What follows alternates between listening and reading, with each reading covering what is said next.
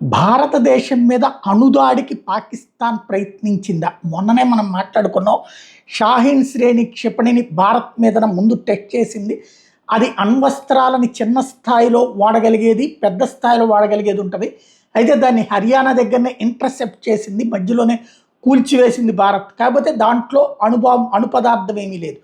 అయితే అది టెస్ట్గా చేసిందని తెలిసినే భారతదేశం వాళ్ళకి సంబంధించినటువంటి టోటల్ 11 ఎయిర్ బేస్ని, ఎస్పెషల్లీ అణుబాంబులు ప్రయోగించగలిగినట్టు సర్గోదా ఎయిర్ బేస్ను కూడా ధ్వంసం చేసింది అన్నటువంటి విషయం ఆ రోజునే మనం ప్రస్తావించుకున్నాం.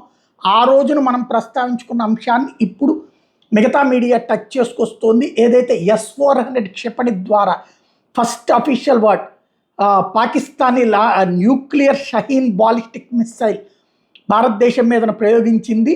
S-400 ఎయిర్ డిఫెన్స్ సిస్టమ్ దాన్ని జామ్ చేసింది.